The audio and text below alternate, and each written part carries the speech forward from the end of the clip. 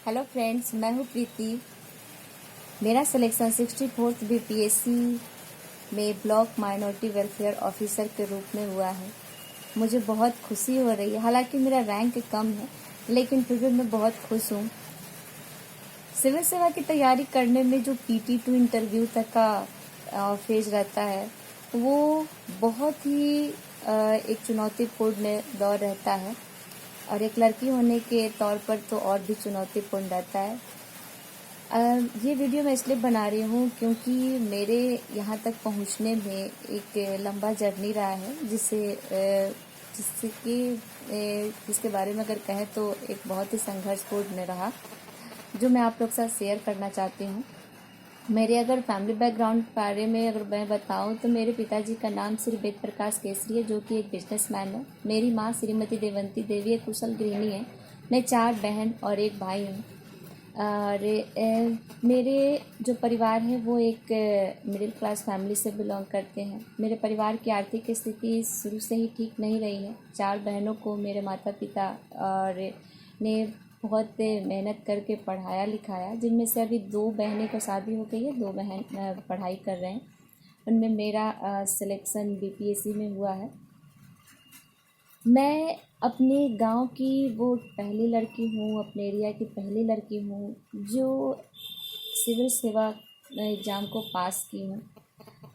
अक्सर मेरे गांव में लड़कियों को, चूँकि मेरा गांव गोपालगंज ज़िले में है, जिसका सेक्स रेशियो तो बहुत ज़्यादा ही है। यहाँ पे लड़कियाँ बाहर नहीं जाती है, घर से निकलती ही है तो, लेकिन उनको आगे की पढ़ाई नहीं करने दिया जाता है। बहुत कम कंडीशन होता है जिसमें लड़कियां पढ़ पाती है। इसलिए मैं उन लड़कियों के लिए एक रोल मॉडल बनना चाहती थी, जिससे कि वो अपनी आगे पढ़ाई कर सके, यहाँ के गार्जियन की सोच बदले। तो मुझे बहुत खुशी हो रहा है कहते हुए कि मैंने ये कर दिखाया, और इस सफलता के पीछे मेरा कोई हाथ नहीं है। ये रिजल्ट जो है मेरे माता पिता, मेरे भैया का और मेरे दोस्त, मेरे गुरुजन, इन सब के सहयोग और आशीर्वाद के कारण ही सफल हुआ। मैं अपनी शैक्षिक बैकग्राउंड के बारे में बताऊं तो मैं यही कहूँगी कि मेरा शैक्षिक बैकग्राउंड बहुत ही वीक रहा है। मैं अपने गोपालगंज ज़िले के एक छोटे से गांव मीरगंज की निवासी हूँ। मीरगंज में ही एक छोटे से स्कूल में मैं शिक्षा प्राप्त की, और फिर मैं सरकारी स्कूल साहूजन गर्ल्स हाई स्कूल से पढ़ाई की। फिर वहाँ के बिहार बोर्ड से एग्ज़ाम पास की। इंटरमीडिएट की पढ़ाई मैं सरकारी स्कूल साहूजन महिला कॉलेज से की, और बिहार बोर्ड से इसकी परीक्षा पास की। सिविल सेवा के बारे में मुझे कोई जानकारी नहीं थी पहले। हाँ, मेरी एक दोस्त जो पड़ोसी थी, उसके भैया सिविल सेवा की तैयारी करते थे, तो उसी से इसके बारे में कभी कभी सुनती थी कि मेरे भैया यूपीएससी की तैयारी कर रहे हैं। हालांकि मैं इसके बारे में कुछ जानती नहीं थी। और जब भी वो आते थे घर पर तो मैं उनसे कुछ अपने क्वेश्चन सॉल्व कराने के लिए जाती थी, तो उनसे ही कुछ कुछ बातें पता चलती थी। फिर मुझे इसके बारे में काफ़ी उत्सुकता होने लगी, और उस दौरान मैंने एक मूवी भी देखी थी, सूर्यवंशम, जिसमें मुझे उसमें उससे बहुत प्रेरणा मिली उस मूवी में, क्योंकि एक सिविल सेवा की जॉब करती है। फिर लेकिन मेरे घर वाले इसमें समर्थ नहीं थे कि मैं आगे बाहर जाकर पढ़ाई कैसे करूं, सिविल सेवा की तैयारी कैसे करूं। मेरे घर वालों को बहुत शौक़ है कि मैं सरकारी जॉब करूं, सिविल सेवा सर्विस में जाऊं, लेकिन एक लड़की होने के नाते वो बाहर भेजने में असमर्थ थे। तो फिर जब इंटर पास करने के बाद ग्रेजुएशन में मैं आई, तो उस समय मेरे दोस्त के जो भैया थे वो आईएएस ऑफिसर बने, और फिर उन्होंने मेरे घर वाले को समझाया। तब मेरे घर वाले थोड़ा सा राज़ी हो गए, और उन्होंने मेरा और मेरी दोस्त का एडमिशन फिर पटना विमेंस कॉलेज पटना में करा। वहाँ पे मुझे कई सारे दोस्त मिले बहुत अच्छे से पढ़ाई वहाँ पर की, और लेकिन फिर भी वहाँ पे मैं सिविल सेवा की तैयारी नहीं की। हाँ, इसके बारे में मुझे बहुत जानकारी हो चुकी थी कि ऐसे पढ़ा जाता है, ये सारे सिलेबस होते हैं। तो मैं उसी दौरान ग्रेजुएशन के बाद ही इसमें लगना चाहती थी। फिर घर की आर्थिक स्थिति थोड़ी कमज़ोर हो गई, तो इस कारण से मैं आगे की पढ़ाई के लिए मैं कोचिंग वगैरह नहीं ज्वाइन की, ना ही मुझे कुछ समझ में आ रहा था कि मैं क्या करूं। फिर मैं उस दौरान एमए की और डिस्टेंस से ही एमए की। उस दौरान मेरे कॉलेज की बहुत सारी लड़कियां जो सिविल सेवा में जाना चाहती थी, तो वो इसकी तैयारी करने के लिए दिल्ली चली गई, क्योंकि अक्सर लोग कहते हैं कि इसकी तैयारी दिल्ली और पटना में बहुत अच्छे से होता है। तो वो चली गई, लेकिन मैं नहीं जा सकी। उसके बाद फिर मैं अपने फैमिली से बात की, तो वो फिर राजी तो हुए, लेकिन डरते थे क्योंकि दिल्ली में ही एक निर्भया कांड हो चुका था। तो वहाँ पे रह के कैसे पढ़ेगी, क्या करेगी। तो मेरे नाना जी, मैं उन्हें दिल से धन्यवाद देती हूँ, बट ही इज़ नो मोर। तो उन्होंने मेरे घर वाले को समझाया, मेरे परिवार वाले को थोड़ा सा सपोर्ट किए कि लड़की पढ़ना चाहती है। मेरे भैया बहुत चाहते थे कि वो घर से, बस एक डर था उनके अंदर जो निकालना था, तो वो उस डर को भैया उनसे निकला। और मेरे मामा जी के जो बेटा जो दिल्ली में ही रहते थे, तो उन्होंने मुझे सपोर्ट किया कि कोई डरने की बात नहीं है, मैं हूँ, आप डरिए नहीं, वो आराम से कर लेगी। फिर मेरा एडमिशन दिल्ली में हुआ और मैं वहाँ यूपीएससी की पढ़ाई करने लगी। हालांकि मैं अभी उसका एग्ज़ाम नहीं दी हूँ।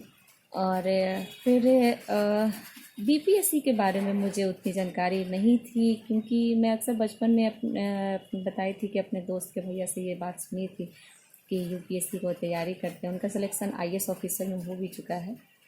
और तो फिर वहाँ पे मैंने अपने दिल्ली में मैं 2017 में गई एमए क्वालिफाई करने के बाद। फिर उसी दौरान मैं नेट भी क्वालिफाई की, दिल्ली में रहकर ही सेल्फ स्टडी की। और बीपीएससी के बारे में मुझे मेरे दोस्तों से पता चला कि इसका फॉर्म आया है, थोड़ा ये ऐसे ऐसे किया जाता है। तो उन्हीं लोग के साथ रह के मैं फिर तैयारी की बीपीएससी की, लेकिन मेरा 2 बार में सिलेक्शन नहीं हुआ। 2 बार मुझे निराशा ही हाथ लगी। फिर घर वाले का प्रेशर फिर से बढ़ा और वो चाहते थे कि वो वापस आ जाए।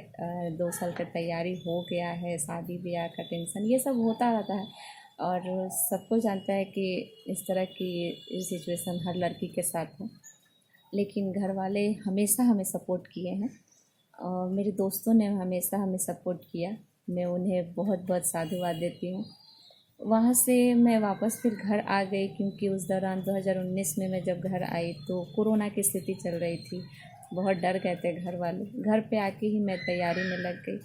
तो फिर मैंने पीटी की तैयारी घर पे की, मेंस की तैयारी की, इंटरव्यू की थी। तो पीटी के समय लगभग मेरे सारे दोस्त ही घर पे ही थे, तो हम लोग अक्सर फ़ोन पे ही इसकी पढ़ाई किए, दोस्तों से बात किए, डिस्कशन किए। मुझे आज भी याद है इस बारे में कि मैं अपनी दोस्त रचना को बहुत परेशान करती थी, उससे बातें करती थी कि कैसे कैसे तैयारी अब किया जाए। अचानक से बाहर रह कर घर आ गए, वैसे माइंड सेट नहीं हो रहा है, लेकिन हम लोग ने हार नहीं मानी। उस दौरान हमने कुछ मानक पुस्तकों का अध्ययन किया। घर पे तो उतने सारे मटेरियल नहीं था, फिर ऑनलाइन ही हमने सर्च किया, कितने सारे यूट्यूब वीडियो देखे घटना चक्र का, और समसामयिकी जैसे प्रतियोगिता दर्पण और vision IAS, Dhyeya IAS, Lucent, इन सारे बुकों को पढ़ी और कुछ ऑनलाइन टेस्ट सीरीज को ज्वाइन की, जिसमें IAS Hindi, KR study hub, CME और संकल्प, ये सारे इंस्टीट्यूट की टेस्ट सीरीज में मैंने भाग ली।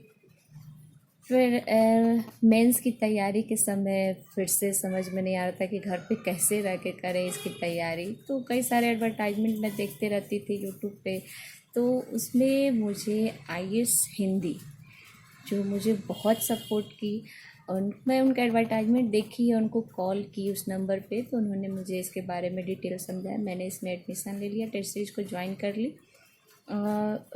चूँकि इसमें ऑप्शनल मेरा सब्जेक्ट ज्योग्राफी रहा है, शुरू से ही मेरा इसमें इंटरेस्ट रहा। इसकी पढ़ाई मैंने ग्रेजुएशन स्नातक के समय ही पटना वुमेंस कॉलेज, मुझे बहुत अच्छे से जानकारी हो चुका था इसके बारे में। फिर मैंने एमए किया तो उसमें भी भूगोल ही रहा, और जब मैं दिल्ली में इसकी पढ़ाई की तो उस समय भी मैं भूगोल लेकर ही वैकल्पिक विषय की तैयारी की थी।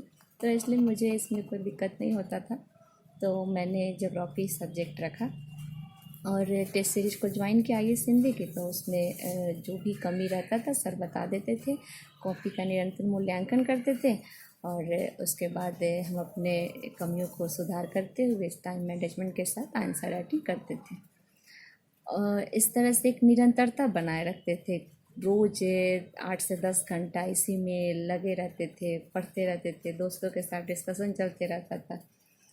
मेंस में बिहार की कुछ बुक्स और उसके मटेरियल्स, कुछ नोट्स बनाए, यूट्यूब पर बिंदुवार नोट्स बनाए, समसामयिकी को कलेक्ट कर के उसमें से नोट्स बनाते थे, क्योंकि बिना नोट्स बनाए तो कुछ होता नहीं है। लेकिन वो शॉर्ट नोट्स ही बनाते थे जिससे कि कुछ समझ में आ जाए। और उस दौरान मेंस जो कि एक GS और ऑप्शनल पेपर रहता है, तो उसमें सबको तैयारी करने में मेरे एक फ्रेंड ने बहुत मेरा हेल्प किया, मुझे बहुत मोटिवेट किए, क्योंकि 2 बार मुझे निराशा लग चुकी थी। तो मैं उन्हें दिल से साधुवाद देती हूँ, जो कि दूर रहकर भी मुझे फ़ोन पर ही अक्सर ऑनलाइन मटेरियल को सर्च कर कर के मुझे देते, समझाते, मेरे साथ डिस्कस करते। मिस्टर सोनू केसरी, बहुत बहुत धन्यवाद आपको। उसके बाद मैं इंटरव्यू की जब तैयारी में लगी, तो उसमें मैं ऑनलाइन ही क्लास की। IAS हिंदी, CME और KR स्टडी हब, इसमें मैं ऑनलाइन मॉक दी और ये हमारी कमियों को बताते। फिर कुछ अपने दोस्तों के साथ डिस्कशन की, समसामयिकी क्वेश्चन करती थी, प्रतियोगिता दर्पण और विजन IAS, इन सब से करेंट कुछ टॉपिक कलेक्ट करते थे, हम लोग पूछते थे। पर्सनालिटी डेवलपमेंट का कुछ क्वेश्चन, सिचुएशनल क्वेश्चन, ये सारे प्रश्न हम लोग कलेक्ट करते थे, तैयार करते थे और इस पर अक्सर डिस्कशन करते थे। मेरा जो इंटरव्यू था वो मेरे ये अरुण भगत सर के बोर्ड में था। वहाँ पे मुझसे भूगोल स्नातक के प्रश्न और अब तक आपने अब क्या की, इतने सारे लंबे जर्नी अब तक रहा, भारत पाकिस्तान के संबंध, भारत चीन संबंध, जम्मू कश्मीर विकास के बारे में, और फिर CAA इत्यादि क्वेश्चन किए गए। इंटरव्यू के दौरान मेरे एक दोस्त थे मिस्टर गौरव कुमार, उन्होंने मुझे बहुत हेल्प किया। उन्हें मैं दिल से साधुवाद देती हूँ, जिनका बहुत योगदान रहा, क्योंकि उस समय बहुत डर भी लगता है कि पहली बार इंटरव्यू मैं दी थी, पहला इंटरव्यू था, कैसे क्या करेंगे क्या नहीं। तो उन्होंने मुझे बहुत मोटिवेट किया और मुझे विश्वास भी दिलाया कि मैं ये कर सकती हूँ। फिर इंटरव्यू के दौरान मुझे ये सारी मैं तैयारी की। अंत में मैं यही कहना चाहूँगी कि अगर आपने जो भी लक्ष्य निर्धारित किया है उस पर आप फोकस रखें। मैं इतने समय तक अपने पढ़ाई में लगी रही, मेरा ध्यान कहीं और नहीं गया, क्योंकि मुझे पता है कि मेरा घर का आर्थिक स्थिति ठीक नहीं है, घर का प्रेशर भी है और मेरे घर वाले चाहते भी हैं कि मैं एक सरकारी जॉब करूं। हालांकि उन्हें पता नहीं था कि सरकारी जॉब में सिविल सेवा के रूप में ये चयनित होगी, क्योंकि मेरा सपना ही था कि मैं इसमें आऊँ। मुझे इसकी गरिमा मुझे आकर्षित करती रहती थी। सिविल सेवा वर्ड ही अपने आप में एक गरिमापूर्ण है। तो मैं उन अभ्यर्थियों से यही कहना चाहूँगी कि जो भी लक्ष्य निर्धारित करें उस पर अटल रहें। कई सारी मुश्किलें आएंगी, उस मुश्किलों को पार करते हुए, घर परिवार का साथ लेते हुए, अपने दोस्तों का साथ लेते हुए हमेशा आगे बढ़े। कभी नेगेटिव नहीं हो, हमेशा बी पॉजिटिव रहें, निराश नहीं हो। अक्सर कई सारी चुनौती आती है, लेकिन असफलता ही हमेशा सफलता की सीढ़ी होती है। इसलिए लड़ो लड़ाई पढ़ने को, पढ़ो समाज बदलने को। हमेशा खुश रहिए। बाय। जय हिंद।